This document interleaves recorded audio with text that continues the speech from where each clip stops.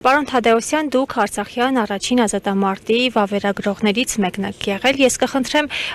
Վազգեն Սարգսյանից դեպքեր ներկայացնեք, ինչպես եք հիշում նրան, ինչ հուշեր ունեք նրանից։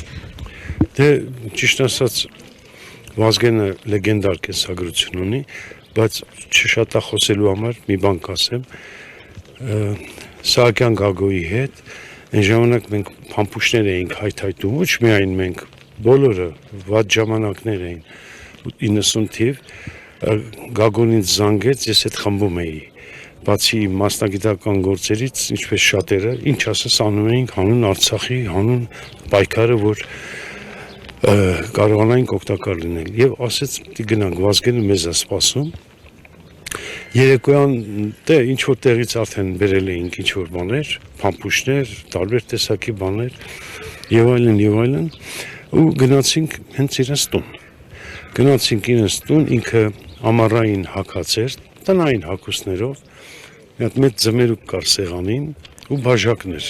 Ձմերուկը հասկացա, բաժակները չէ, բայց ես Վազգենի հետ չունեի այն մտերմությունը, ինչ Գագոն։ Գագոն ասեց բանը, ձմերուկը հասկացանք, բաժակները չհասկացանք, բա կանյակն ուրա, ասեց կանյակը կախված է, թե դուք որքան փամփուշտ եք բերե։ Եթե չեք բերե, ձմերուկ էլ չեք ուտելու։ Իհարկե բերել էինք փամփուշտները, ինքը հումորով մարդ։ Գոհեր փամփուշտների։ Ինչ խոսք եւ բանը, մեզ ամենը 2-3 ժամ պահեց։ Հա, այդպես ուրիշ գործեր կար։ Տանանք առաջի գից տղերքին տանին, որտեվ իմ հորեղբոր երկու որդիները, Սմբատը Թադոսյան, որ զոհվեց, եւ նվերը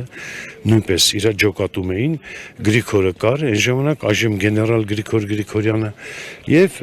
այդպես վերադարձանք։ Հաջորդ բանը թերևս պատմեմ այն մասին, որ 99 թվականին, 1999 թվականին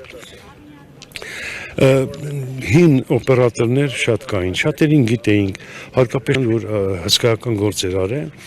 եւ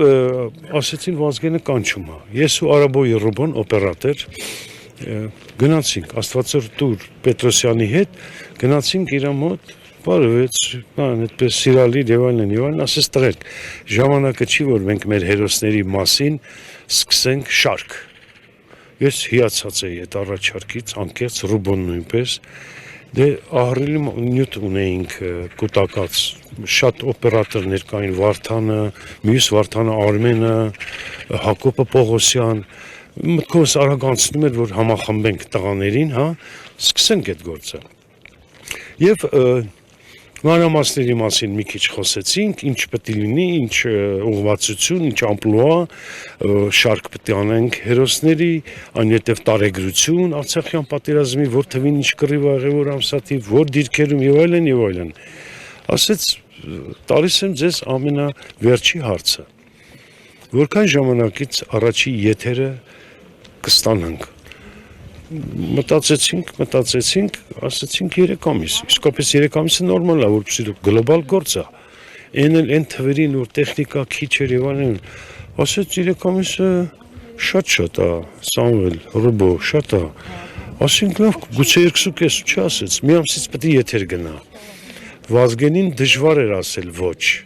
նախ հարգանք կար, նաև ակնածանք կար իր կերպարի մոտ։ Եվ հետո մարդու տեսնում ես ով է, իր սիրտը ցավում է այս պետության համար, թե չի ցավում։ Արմենիա հեռուստաընկերությունում գիշերները քնում էինք բազմոցի վրա, այնտեղ պայմանավորված էր, չէին նեղանում։ Եվ 26-րդ օրը մեր հաղթանակը հաղորդաշարը, որը տևեց մոտ 15-20 տարի գուցե, հետո ընդհատվեց։ Հա։ Թերևս այսքանը, պետք է ասեմ, որ ինքը բացառիկ անձնավորություն էր, շատ եմ ցավում, որ եղերական ավարտ եղավ, դա մեր մեղքն է, մեր ներքին տականքի մեղքն է, մեր ժողովրդի, բայց այն ինչ որ ինքը արեց հայոց բանակի կազմավորումը եւ այլն, ահռելի աշխատանք է։